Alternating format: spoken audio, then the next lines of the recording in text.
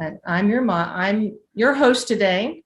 My name again is Meg Inglis, and then we have Kim Conroe, who is the immediate past president, and she will be monitoring the chat function.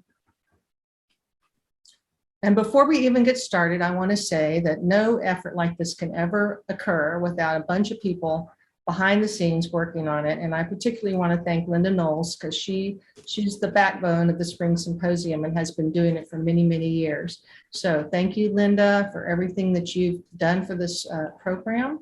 And then Bill Hopkins is going to be putting our recordings up on YouTube. Valerie's going to talk about the Fauna Project at the Wildflower Center, which I'm not familiar with, but I'm really excited to hear about.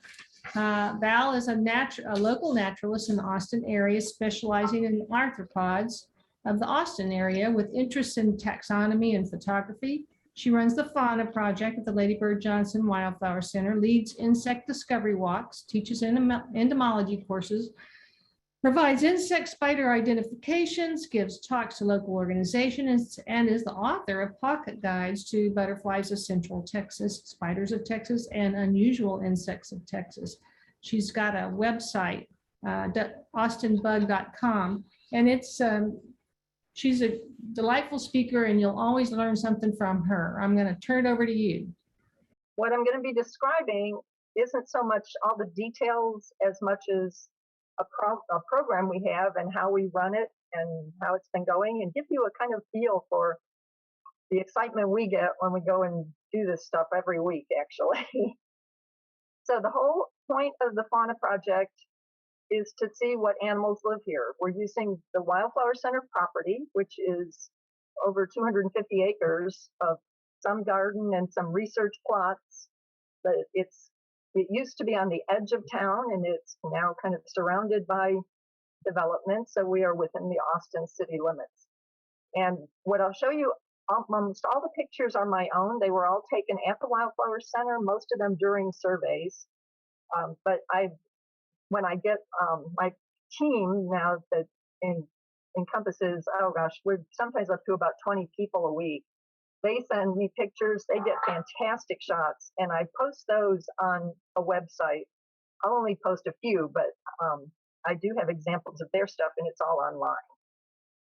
So the way we started this, I had been going to the Wildflower Center since 2006, just as I live nearby, and I started visiting and looking at it, and I enjoyed the place. I thought it was really interesting.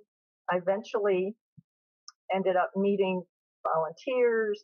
I got involved with the biodiversity surveys that CAM was doing. And these were once a month at the Zilker Preserve, which is kind of downtown Austin. They were great fun, where one person led it, and we didn't look at just animals, we looked at everything. What was in bloom? What mushrooms did we see? Once a month was a chance for between 5 to 10 people to get together and make a list of everything they were seeing, birders especially. And it was so much fun, but I thought, it's only once a month. And if you had really horrible weather, then it ended up being kind of a wasted month. So sometimes it wasn't very often. I thought, oh, it'd be so much fun to do it more often than that. I started volunteering at the Wildflower Center around 2008 or so. In the insectary, which is a little structure they have where they raise caterpillars, and they have butterflies and a few moths, like Cecropia moths. We collect that. So your main job in the insectary is to go out and collect food and feed it to the caterpillars, and then clean up all their poop. So it's not a really fun job all the time, but the fun part was, after we finish all that, we go, oh, let's go out and look for more caterpillars to put in. And so we go out and start searching around to see what we could find. And that was really the fun part of it. I also met a volunteer named Winnie Spitz, and she was a longtime gardener volunteer from when the Wildflower Center was still at its old location. So she was involved in this a long time ago. And she also was one of the first master naturalist classes to go through in Austin. And she kept saying, oh, you got to come out and see my yard and check it out. And I kept putting her off, thinking I'm kind of busy. And then I finally did. And I started going back every week for, I think I did that for about 8 years. And her place is in South Austin. Well, it's actually down in Manchac. And she had all native wildflowers. It was really phenomenal. And so I started getting the idea that this weekly looking at the place throughout the year is very helpful for understanding what we're going to find there. So before I presented an idea of running a program at the Wildflower Center, I certainly had to figure out how I was going to make it work, how I was going to find the time, because it's going to be kind of time consuming. And I wanted to be convincing when I approached some of the staff members to help me out with it. So I went back through my own photos from starting in 2006, and I took everything I had and put it into a database. And that database then could be added to every week as we saw things. So there was going to be some place to put our findings, and I wouldn't have to just kind of wing it each time. So before I even started, we have a database that goes back several years before we officially started. And by the way, some of the pictures I'm showing are not mine, and they have little annotations for the people that took them, especially the people pictures. So these were the staff members that I approached first, because of course it's a volunteer activity, so I need help with how do we approach the volunteers, how do we get them involved, how do we kind of do the logistics of that.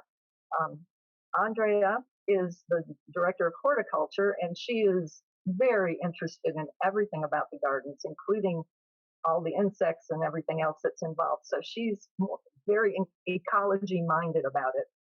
And Joe Marcus is the person who runs that big plant database that's so wonderful online. And so he is the person that, starting in 2006, every year I would give him back when it was the thing, I gave him a CD with some images on it and identifications. Now I just tend to take a flash drive every year and let him download the pictures. So he's keeping images of what we're finding too. He'd love to be able to integrate it into their database online, but of course that's a major task, and it hasn't happened yet. So eventually we did get started, and the main activity is a fauna survey. We do it once a week, and it's a group of people that get together and meet, and we go off and look at things. It started off with about 5 of us regularly. At times I've done the whole thing myself, and just I'll go out for 4 hours, I'll list what I found and I'll put it online. Nowadays it tends to be between 15 and 20, except for last week when it was freezing cold, and there were 2 of us that showed up, mainly because the roads were icy. Of course, all we saw were warm-blooded things, birds and a couple of mammals, so it was a very low-key one. So we start officially at 8:30, but I arrived at about 7, and that's mainly to look around for anything nocturnal, which is still at lights. And we started back in March of 2010. So right now we're in our 13th year. And this was the way the security lights would be my window into the nocturnal light. And I would look for moths or anything else around there. It's kind of weird to be sitting there photographing what looks like the stairs, and people would come by and go, "What are you looking at?" Well, we're getting moths or something at the lights. Over the years, though, these security lights have become more and more efficient. They've replaced them with lower wattage. They've replaced them with a low spectrum light so that they don't attract insects anymore. So what was good 15 years ago, and we could see plenty of stuff at the lights, now those lights are very efficient. Very little comes to them. And so in order to be able to see anything that's going on at night, we have borrowed an area in the back of the work area, and we set up a light sheet. I come the night before, and I set it up with a mercury vapor light and 2 black lights. And then I come in very early in the next morning, and we see what's there. And it's otherwise we would not see any of the nocturnal insects or other arthropods, but it works really well. This last Wednesday night was a very warm night, and when we got there Thursday morning, there were several hundred moths on the sheet.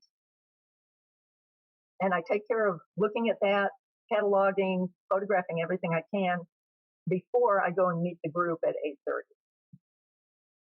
And so we start off in February and we go through mid-December. So we're kind of averaging about 40 to 45 surveys a year. It just depends on if I take a vacation, we don't do it. But we start early, go late. I take off January because I need a month to do other things because it's kind of time consuming otherwise. We do get to see the whole progression through the year of the seasons. It's very interesting. And over the years, we see how it's different. All the past surveys, the summaries that I put online are still online. And you could actually go through and look at every first February one we did for the past 12 years. We missed over a year for the pandemic. The Wildflower Center was closed, and it was closed to volunteering. So we had a big break in there, but we came back in May of this, May of last year. So we've gotten back into it. We do the surveys, whether it's raining or not. We use umbrellas. I'm very careful though, if we have thunderstorms, we don't do anything unsafe. We stay around the buildings. And where we go, it's not a regular set route. We wander, and sometimes we might go somewhere where a garden staff member has said, oh, I just saw some particular bird in this area, and y'all might want to come and see it. Other times we take off just in different directions. We go out to the research plots, or we take some of the trails. Once it gets really hot in the summer, we stay wherever there's shade because we take our comfort into consideration at times too. We're not going to just go out there and have heat stroke. But on nice days, we might go out and enjoy the sunshine. Other times we're kind of staying near the buildings or the water features because they seem cooler. And so what usually goes on is, first of all, lots of observation. We're looking. And it's a great way. People sometimes will talk and chat, but then they get into studying what's around them, and it gets you looking at everything in a very careful way. We discuss stuff. We take notes. I certainly take notes of anything that I can't get a photograph of, or somebody shows me something that they just photographed on their iPhone. I know what it is. I'll write it down and keep track of it that way. And so we have people taking pictures is probably the best addition we have because those are definite records of what they just saw. And the staff members help us out. They have been just absolutely wonderful. Sometimes I'll get emails at other times of the week. And Thursday is our survey day, but they might send me an email from Monday or something that says, oh, we just saw the bobcat family this day or whatever. And, things that are very unusual or interesting. And so they will help out with us all the time. And Lee up in the upper right corner is now the director.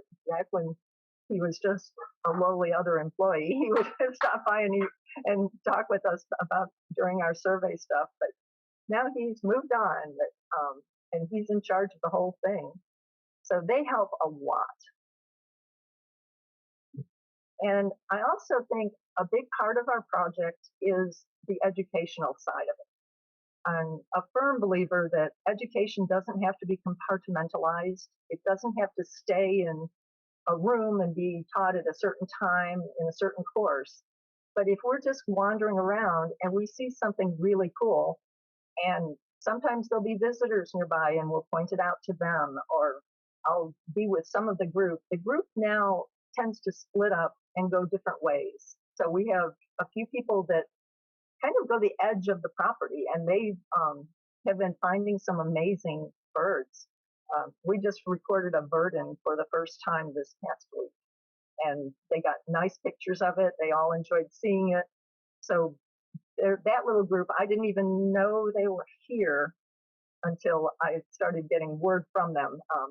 So I don't even keep track of who's there until later when they send me their observations.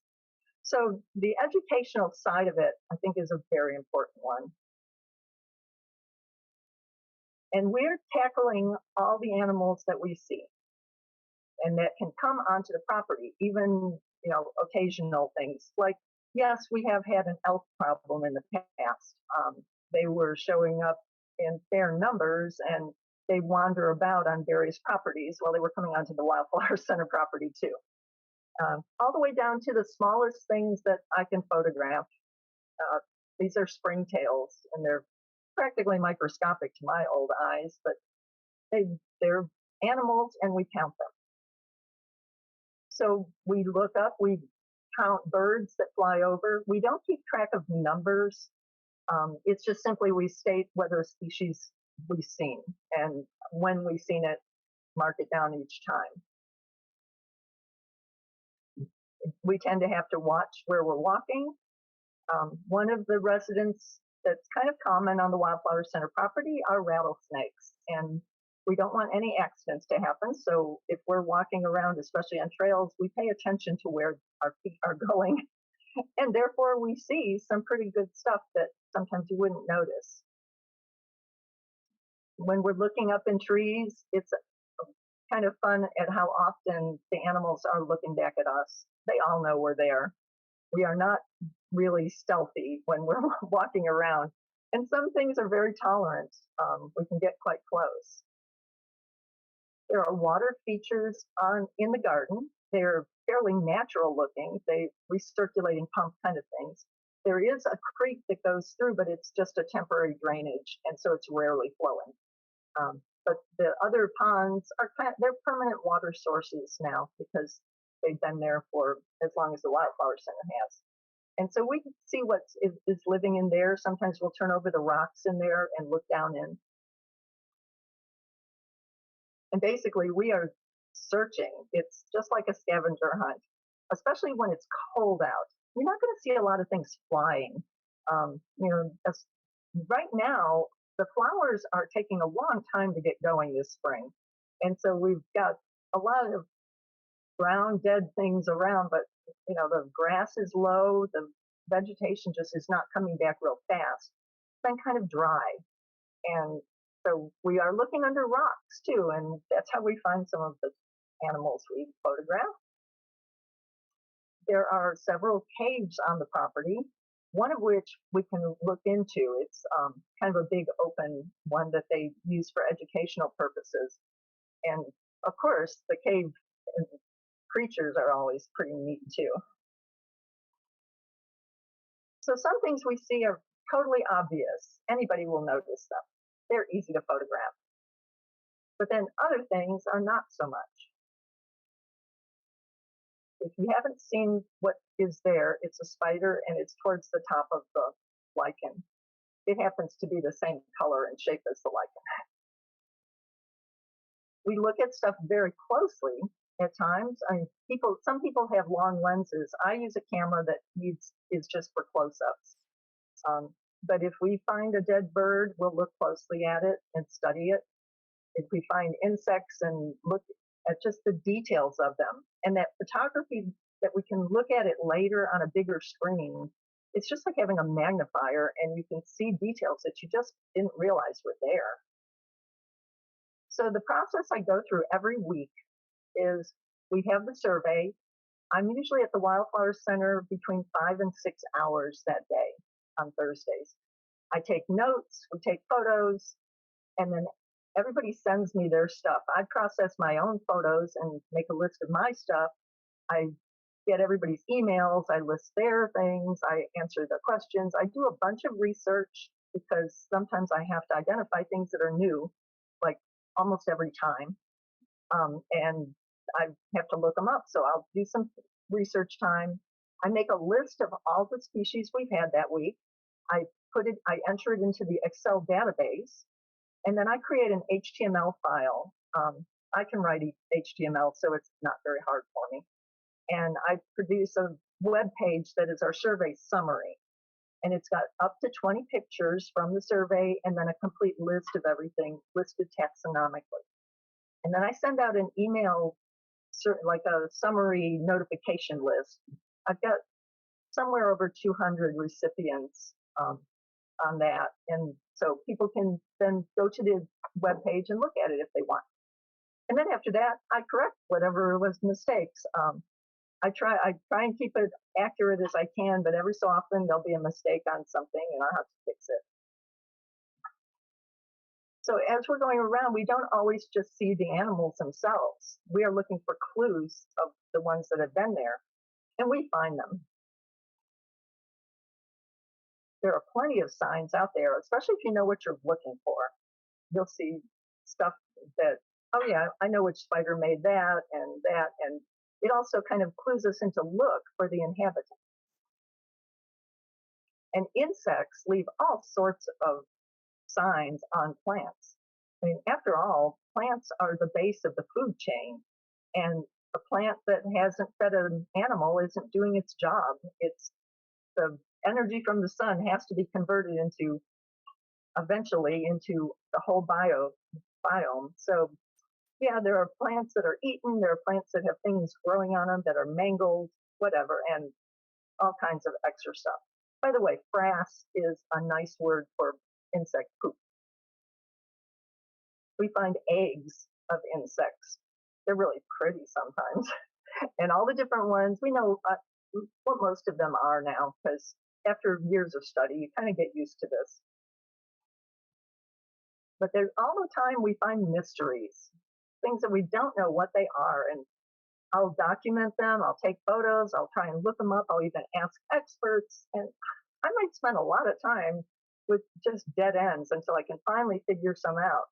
But that middle one, the little urn-shaped thing, we did figure that one out when this is what emerged, a little bee. So now we know what that bee nest looks like. So we see animals doing all sorts of things. We don't just look at them and say, okay, I saw that one. We watch them. And sometimes their behaviors are quite interesting, doing all the things that animals do. And whether they're invertebrates or vertebrates, they still are going about the job of surviving. Sometimes it's kind of exciting what they're doing, like when you suddenly see a spider catch something in its web and it quickly wraps it up. And sometimes it's just more mundane, everyday kind of things that animals do all the time. In this case, it's just bees and wasps doing them. And we often see what animals are eating. And of course, the scavengers, that's our unpaid cleanup crew. They are going to clean up everything from extra poo that's been left by the coyotes to stuff that's dropped by visitors to dead animals. And the king of the scavengers are pillbugs. These pillbugs are everywhere. This is the one species that I don't list every time because we see them every time. They are always there. And they're always cleaning stuff. They're eating whatever they can find. We also note host plants. Since it's a botanical garden and native stuff, and a lot of the things are labeled, it's been easier for everybody to learn the plants. And when we know the host plant, it gives us two ways of looking for things. One, we know what animals should be on that plant, and we can look for them. Other times we see the animal associated with the plant, and we go, aha, that's its host, because we'll see them eating it. So at times we have found the host plants for various insects that it wasn't really commonly known what they host on. We see nectar feeders all the time, a flower center after all. And so whenever flowers are blooming, you're going to have insects that like nectar. And that leads to the pollination. And so we're very aware of who's pollinating what and how and when they do it. And we keep, records of the stuff in photographs. That's one of the best ways because you can look back and say, oh yeah, I saw it on that before, and that's what was at that particular flower. And sometimes we even feed the wildlife. You can't help it. I've got a couple of people trained to actually photograph the mosquito before they whack it, and it just do it fast before it's drunk too much of your blood. We see things eating unusual stuff. Mites are usually predators, but there's one small group of mites that feeds on pollen, and that was quite obvious when we saw them in a flower. And I would never have found the identity of this ant if it hadn't been for what it was hauling up the side of a wall. And it turns out that's what they mainly eat. There is an ant that only eats crustaceans. We see the relationships like mutualism. These ants are all attending to herbivorous insects, including caterpillars and aphids and tree hoppers, and they're enjoying the honeydew, which is kind of a nice word for pee that comes out of those animals. So all different kinds of relationships. Parasites, which just are kind of a nuisance. Parasitoids, which kill their host. And then predation happens all the time. So it's kind of interesting that scorpion at the bottom, it's eating a moth, but it's also got a whole bunch of little mites on it. And they're kind of like wood ticks would be on us. They won't hurt it, but they, just getting a little free nourishment there. So predation is pretty, it's a big deal in the invertebrate world, especially. And so we see the pest control kind, where caterpillars and grasshoppers, herbivorous insects, which, if left unchecked, would just basically denude every plant around. Yeah, predators keep them in check, and they will eat some of them. So you see the ladybug eating the aphid kind of thing regularly. Of course, it's not real straightforward that there are good and bad insects. So sometimes pollinators they're the ones that are getting eaten, and everybody goes, oh no, there goes that poor bee. But well, predators are kind of generalists, and they will eat whatever they can catch. And that even includes butterflies. So if you love butterflies, don't look at that too much. I'll go through it fast. And some predators are like just almost superpowers in that they can take down huge insects. The green lynx spider, it's not a huge spider, it's a medium-sized one, about 3/4 of an inch long. And yet it can take down powerful, large insects like a sphinx moth. And they don't even use a web. They just grab and bite. And sometimes it's even predator versus predator. So you'll see spiders eating different kinds of spiders, or an assassin bug. Again, predatory insects are usually just out to grab whatever they can catch. Sometimes it's even each other. And, somebody's unlucky. But the nice thing is these are not big vertebrates. It's not a lot of blood everywhere. They're insects. And so most people can handle this kind of gruesome behavior. But we do see the vertebrates doing it too. And it's kind of interesting to watch. That rough green snake is eating a bird grasshopper. And if you've ever seen one of these large grasshoppers, they have spikes all over their body. Their legs have sharp spikes, and that snake got it down.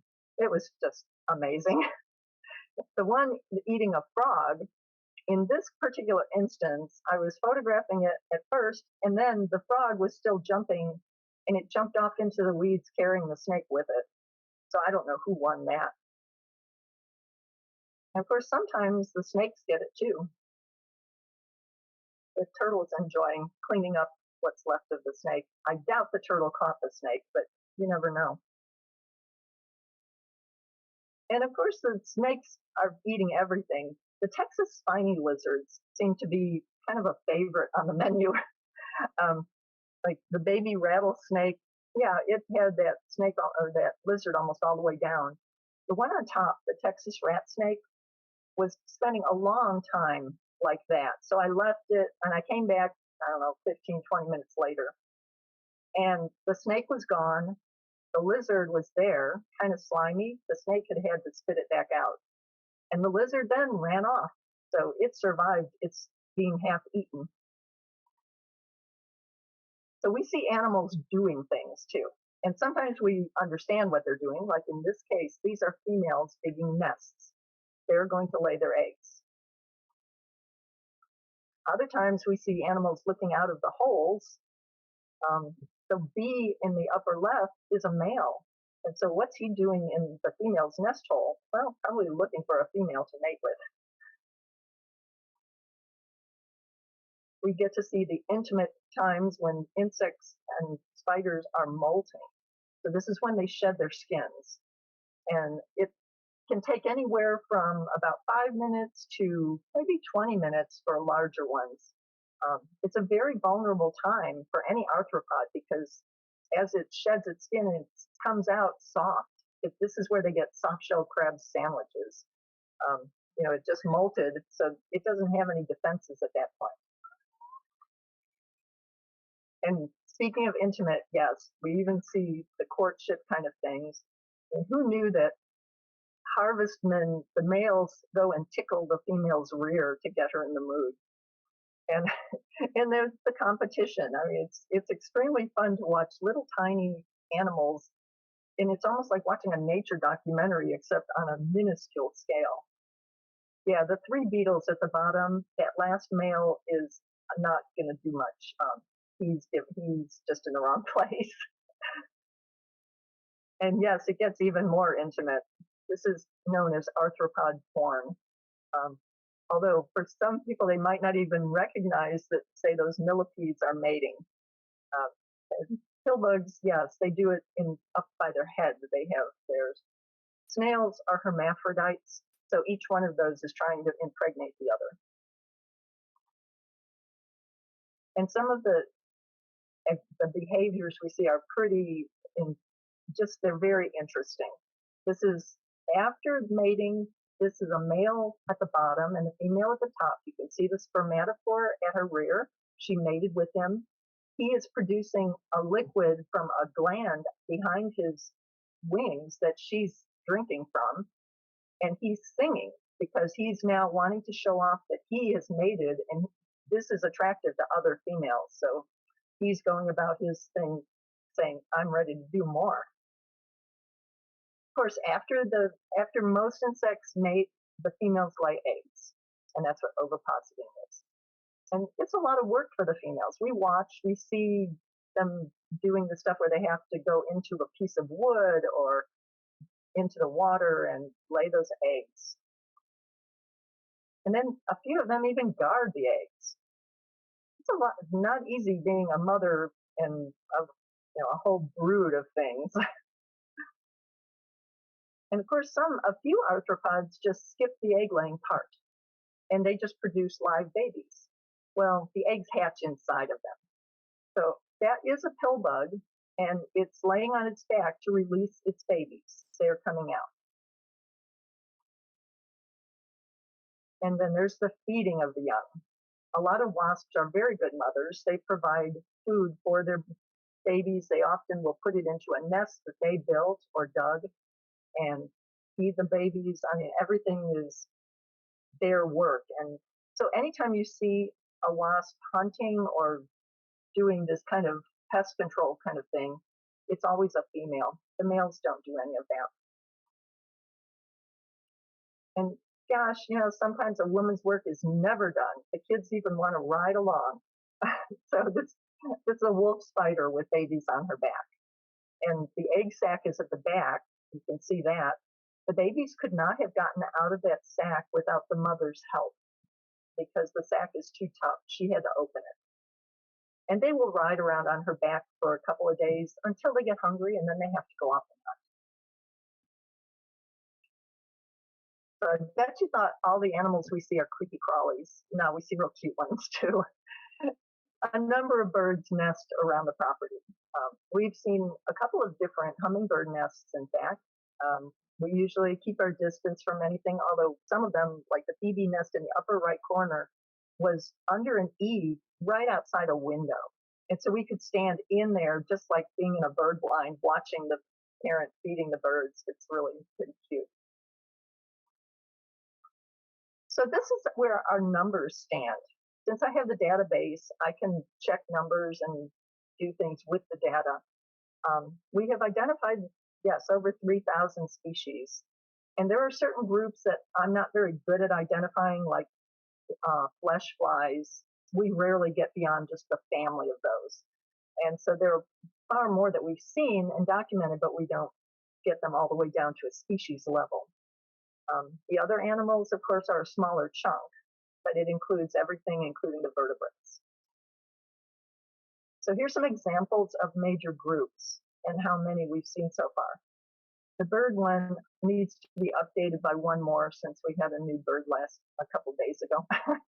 The numbers go up constantly as we add new sightings. You'll notice the moth list is over 800 species. And this has to do with us running a light so we can see what's out there at night. Butterflies are not nearly as numerous as moths in our area. And just bees alone, that's a lot of species of bee. And they're not, honeybee is one of them, but all the rest are natives. And so every so often I'll look at something, just especially when I first did this talk a few years ago, I looked up and I thought, okay, we always see butterflies. That's a very easy start to, as you go around, you're going to notice most of the butterfly species you're going to see. And so as I was looking I started listing them. These are the numbers here up to 50. And so at one point we had a lot. We were seeing just incredible diversity. But back here, it was really low.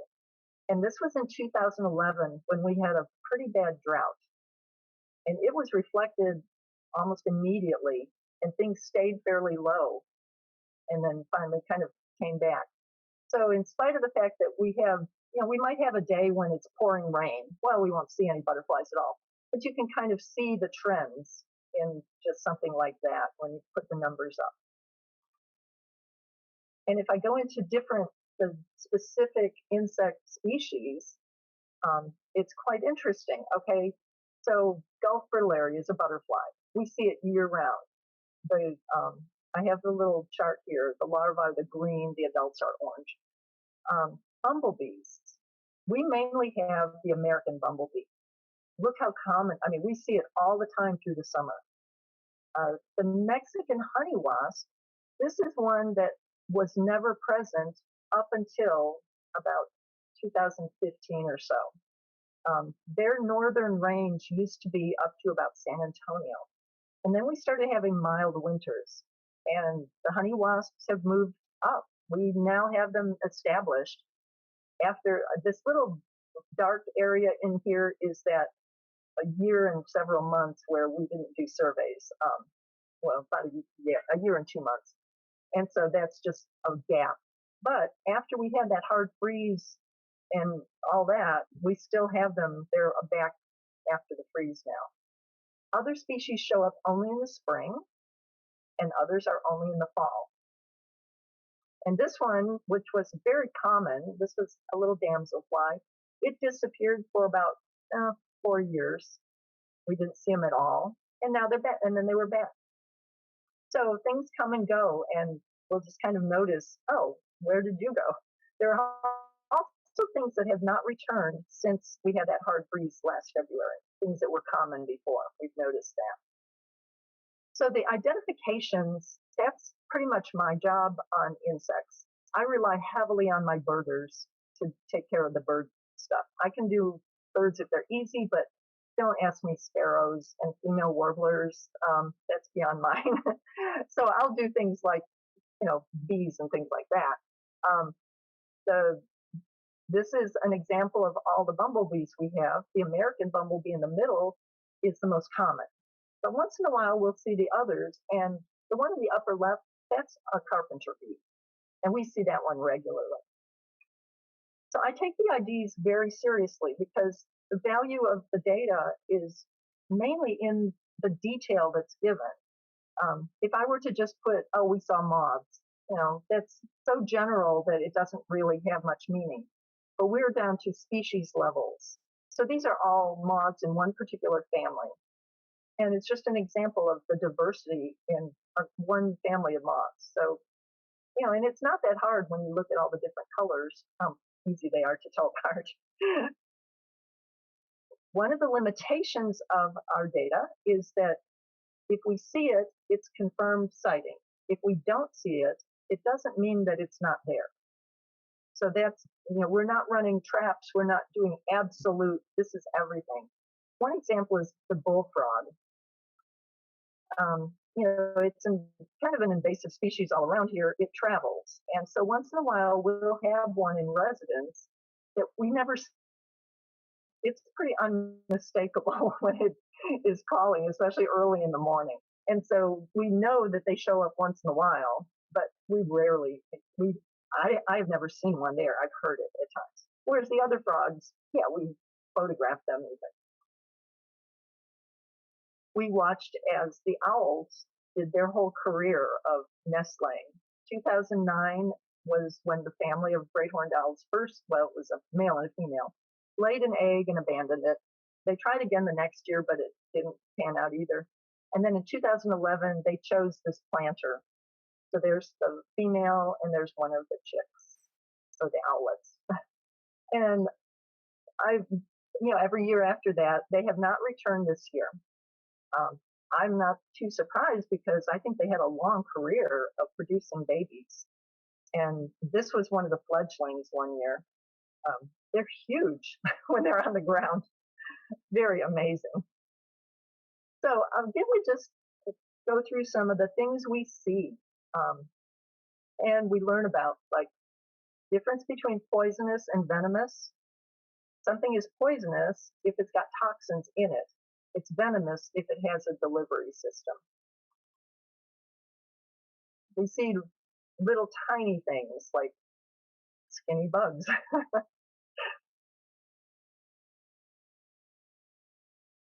Many of our caterpillars have spiny defenses. These are all butterflies. None of those spines would hurt you if you touched them.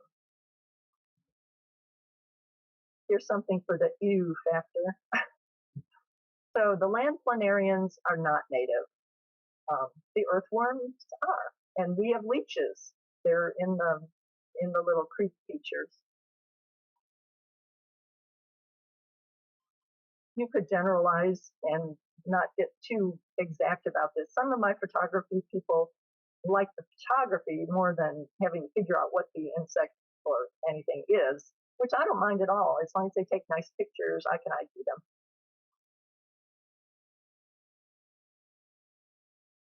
So that roach happens to be the only diurnal cockroach in the US. You can buy them on eBay because people like the fact that they're active during the light. So while some things are very easy to recognize and everybody knows what they are, there are others that kind of make you pause. I just had several people that I wasn't with on the survey. They had seen they had seen something dark with pincers under a rock. And that's how they described it. And they actually figured it out for themselves. It was a ground beetle larva. And I'm very proud that they were able to track that down without knowing. And some of the insects around here are just fantastically strange looking. This is where alien animals kind of get their inspiration for photos or for movies. And yeah, we see stuff that's just absolutely adorable. So this particular black widow spider is a pretty famous cover girl now. The Spiders of Texas Guide has sold over 100,000 copies. So she's seen all over the place. So we look at things from really tiny. Those are spider mites, by the way. And it's kind of funny how a tarantula is not really that big, but when you see it and you're up close to it, yeah, it seems kind of large. And it's just fun to see all the resident animals we have and the way they behave. For one summer, we had a whole litter of armadillos in the appropriately named family garden. And we'd see the babies come out and forage, and it was kind of fun to see those. This particular coyote was sleeping on a cold morning on that warm mulch. And it didn't wake up until I had walked all the way around it and taken pictures and then backed off quite a ways. And the sun hit it and it got up, stretched, and walked off. We also have a roadrunner that hangs out in the gardens and seems to almost like not care about people. And it all comes down to the diversity. It's just what makes it all so interesting. And it really is, the old cliche, it's the spice of life. Well, yeah, and it's an important one. And it's also, it's refreshing to go out and look at things that are just beautiful. And, if we can record them and share them with other people, then that's even better. So this is where we stand now on our numbers. This year, sometime this fall, we should hit our 500th survey. And we have had different participants, many of them fairly long-term. Sometimes we've had people from even other countries will contact me ahead of time and they tell me they're coming. They're a biologist. One biologist from Switzerland came and he joined us for the week and helped look for things. He knew all the scientific names too, which made it easy to communicate, even if there was a language problem with the common names. And so we're now in our 13th year. I don't see any time, I don't have any reason to stop it for the foreseeable future. So it will just keep going for a while. And that's it. That's our program. Thank you so much, Val. I'm just always incredulous at your photographs of insects and other fauna. Let me see, Kim, did we have any questions? We do have questions. Claire Sorensen wants to know, do you collect voice recordings of different species? Was that voice recordings? Mm-hmm. Audio. Some people, yes, actually, some of the birders will do that because they're checking on it. The other things, I'm not very good. I haven't ever used my video, but some people do that. And a lot of people are using a phone and they'll make little short recordings of things they see. That's wonderful. Do you find, Beverly wants to know, do you find sawfly larvae on the Mexican plums? Yes, we do. Okay. And I list the host for them because we have figured out what they are, most of what they are. In fact, our sawfly larvae, I don't know if anybody else knows about the purple sawflies on velvet leaf mallow. And for a long time, we never knew what those were. And finally, we now know from the guy who described them. He told us the species and everything on it. And he didn't know they were purple. Wow, that's really neat. He had never seen a live one. He had seen them preserved and they lose the purple color. Oh, that's so cool. Lisa wants to know, would you mind sharing what kind of camera you use? Entry-level camera would be good enough to be helpful in a survey. My cell phone camera is definitely not good enough for the small insects, she says. Yeah, I like a small camera because you can move around with it, easily. But it doesn't have a good zoom, so I can't really do birds in the distance.